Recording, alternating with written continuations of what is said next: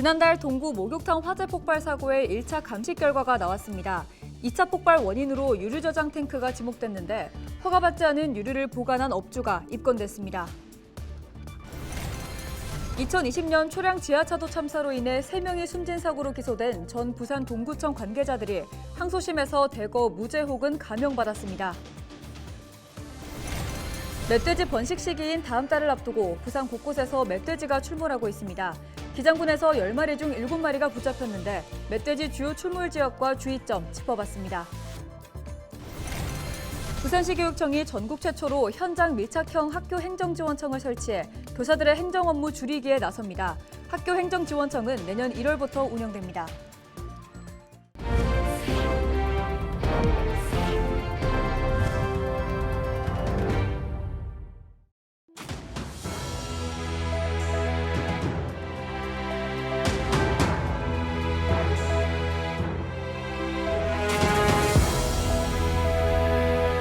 시청자 여러분 안녕하십니까? 헬로티비 부산 뉴스입니다. 지난달 다수의 부상자가 발생한 목욕탕 화재의 1차 감식 결과가 나왔습니다. 감식 결과 최초의 화재는 폭발로 시작됐고 2차 폭발은 유류 저장 탱크가 지목됐습니다. 또 허가받지 않은 유류를 보관하고 있던 것으로 나타났습니다. 김한식 기자의 보도입니다. 지난달 1일 소방관과 경찰, 공무원, 시민 등 23명이 다친 목욕탕 화재 현장입니다. 화재 이후 정확한 원인을 밝혀내기 위한 합동 감식이 실시됐습니다. 감식 결과 최초 발화 지점은 지하 1층, 옥내 탱크 저장소로 밝혀졌습니다. 유류 탱크에서 누출된 유증기가 미상의 원인으로 폭발했다는 것이 합동 감식단의 분석입니다. 그리고 다수의 부상자가 발생한 2차 폭발 역시 유류 저장 탱크를 지목했습니다. 유류 탱크가 냉각되면서 내부 압력이 저하되고 그로 인해 외부 공기가 유입된 상태에서 파손된 배관 등을 통해 점화온이 유입 폭발한 경우와 기타 떨어진 철 구조물 등의 충격에 의해 스파크로 폭발한 경우 등.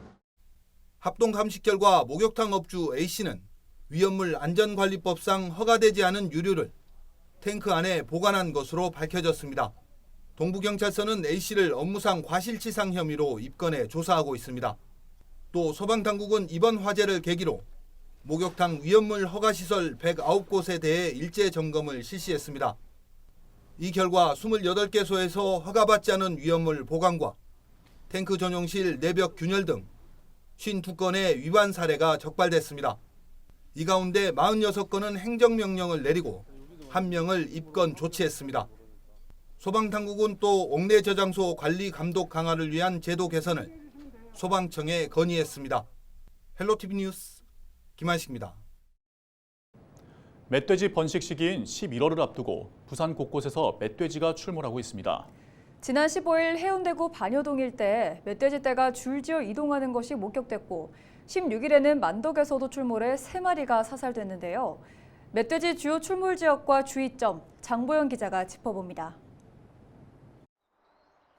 기장군 철마면에 있는 검은산입니다. 민가 근처 산길에서 희미한 동물 발자국이 보입니다. 멧돼지의 것입니다.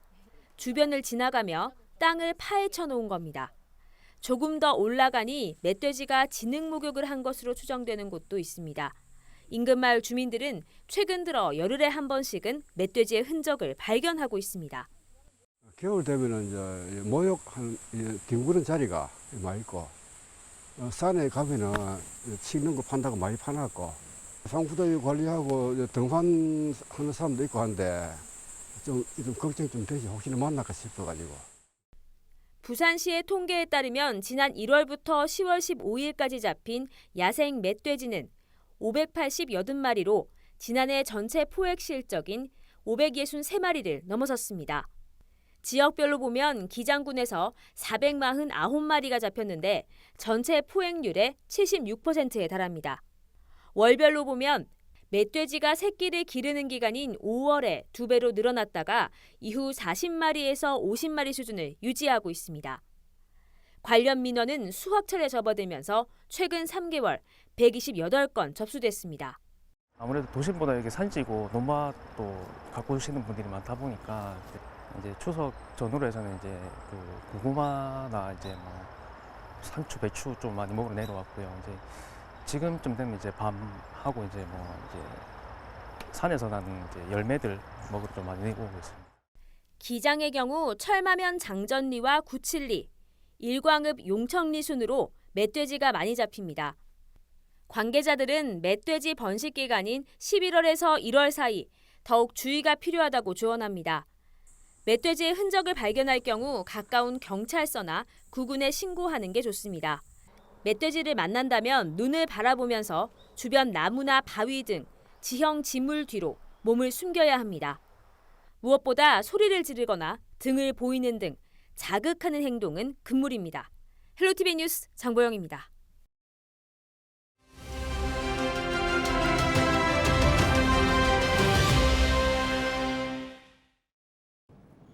백사회 전국체전이 7일간의 일정을 마치고 막을 내렸습니다. 역대 최대 규모의 선수단이 참가한 전국체전은 개최지인 전남에 활기를 불어넣었다는 평가입니다. 전국체전 주요 성과를 이나라 기자가 보도합니다. 지난 13일 전국체전 성화가 목포 종합경기장을 밝히며 피어올랐습니다. 일주일 동안 전남 각지에서 펼쳐진 49개 종목 경기에 국내외 선수단 등 3만여 명이 참가했습니다. 지방 시대를 거쳐 처음으로 전국체전이 생명당 전남에서 개최하게 되어 매우 기쁘고 항저우 아시안게임 메달리스트도 전국체전에 대거 출전하면서 이목을 끌었습니다. 특히 수영 종목에서 황선우 선수 등 4명이 5관왕을 달성했습니다. 육상과 사격, 역도 등 5개 종목에선 한국 신기록이 나와 전국체전이 체육 발전 촉진제 역할을 했다는 평가를 받았습니다. 전국 17개 시도 가운데 경기도가 400개 넘는 메달을 획득하면서 종합 1위에 올랐습니다. 개최지인 전라남도는 배구 종목에서 금메달 2개를 따는 등 선전해 종합 3위를 따냈습니다. 전라남도가 전국체전을 체육인들의 축제를 넘어 문화체전으로 만들겠다고 선언한 만큼 지역 곳곳엔 볼거리도 풍성했습니다. 국내외 방문객이 전국체전을 찾으며 목포시는 올해 1,000만 관광객 달성이 무난할 것으로 전망했습니다. 또 대회 개최로 체육 기반 시설을 확충한 목포시는 스포츠 대회를 잇따라 개최할 예정으로 체육 선진 도시로 도약을 앞두고 있습니다. 전국체전이 성공리에 끝났습니다. 이번에 종합 경기장 1,100억짜리를 건립했습니다. 이것은 목포의 스포츠의 랜드마크가 되겠습니다. 내년 전국체전 개최지인 경상남도 김해시는 친환경적이고 스포츠와 문화가 어우러진 체전을 만들겠다며 다음을 기약했습니다. 헬로티비 뉴스 이나라입니다. 104회 전국체전이 49개 종목을 놓고 열띤 경쟁을 치른 가운데 상대적으로 비인기 종목들은 응원까지 적어 더 아쉬움을 보이기도 했는데요. 하지만 맹활약을 펼치며 큰 성과를 보였습니다. 송효찬 기자가 취재했습니다. 지난 18일 열린 남자 일반부 높이뛰기 결선. 스마일 점퍼 우상혁 선수가 호응을 유도합니다.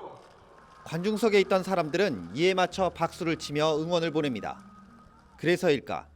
이날 우상혁 선수는 2m32라는 대회 신기록과 함께 전국체전 4연패라는 기록까지 달성했습니다. 사실 저보다 힘드신 분이 코치님이에요. 저희 감독님, 김도균 감독님한테 너무 감사하다는 말씀 드리고요. 진짜 아직 파리 올림픽이 남았지만 조금 더 힘차게 나아갈 수 있도록 여기 이 자리를 빌어서 함께 더 화이팅하자고 말씀을 드리고 싶고요. 육상의 또 다른 비인기 종목인 해머 던지기. 해머 던지기 여자 일반부에서 전남의 박서진 선수가 비거리 59.11m를 기록하면서 대회 5연패를 달성했습니다.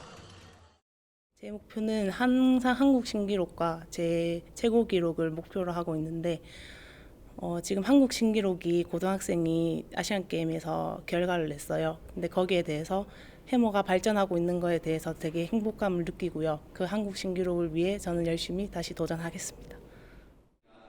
또 포환 던지기 남자 일반부에서는 전남의 정희루 선수가 18.41m의 기록으로 대회 9연패 금자탑에 올랐습니다. 한국 다이빙 간판 우아람도 항저우 아시안게임의 아쉬움을 전국체전에서 풀었습니다. 목포 실내 수영장에서 열린 다이빙 남자 일반부 3m 스프링보드 결승에서 1차부터 6차 시기 합계 463.90점을 기록해 1위를 차지했습니다. 또 1m에서는 2위를 차지해 은메달을 목에 걸었습니다.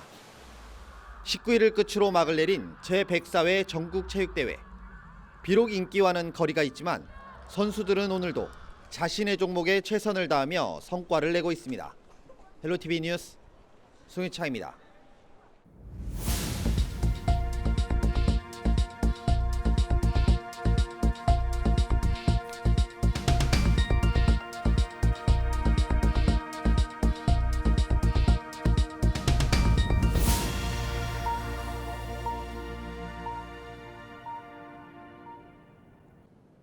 (2020년) 초량 지하차도 참사로 3명이 숨진 사고로 기소된 전 부산 동구청 관계자들이 대거 무죄를 선고받았습니다.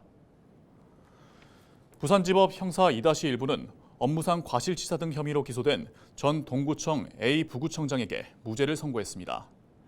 A 부구청장은 1심에서 금고 1년 2개월을 선고받았습니다. 전 부산시 재난대응과장과 전 동구청 건설과 기전계 직원들도 항소심에서 무죄를 선고받았습니다. 재판부는 피고인의 업무상 주의 의무 위반과 사고 간 상당한 인과관계가 있다고 보기는 어렵다고 판시했습니다. 전 동구청 안전도시과장과 건설과장, 안전총괄계장은 감형을 받았고 전 동구청 건설과 기전계 주무관 1명만 허위 공문서 작성 혐의로 형량이 늘었습니다. 한편 초량 지하차도 참사는 2020년 7월 동구 초량 제1지하차도에서 폭우에 갑자기 물이 불어났지만 당시 재해전광판 시스템이 고장나 출입 통제가 이뤄지지 않아 3명이 숨진 사고입니다. 부산시 교육청이 전국 최초로 현장 밀착형 학교 행정지원청을 설치해 교사들의 행정 업무 줄이기에 나섭니다. 하윤수 부산시 교육감은 19일 기자회견을 열고 교사들의 실질적인 학교 업무 경감을 위한 학교 행정지원청을 내년 1월부터 운영한다고 밝혔습니다. 학교 행정지원청에서 모든 학교가 공동적으로 수행하는 단순 반복적 업무와 교사들의 부담이 큰 학교 행정 업무를 담당하고 현장 교사들의 의견을 반영해 맞춤형으로 밀착 지원할 예정입니다.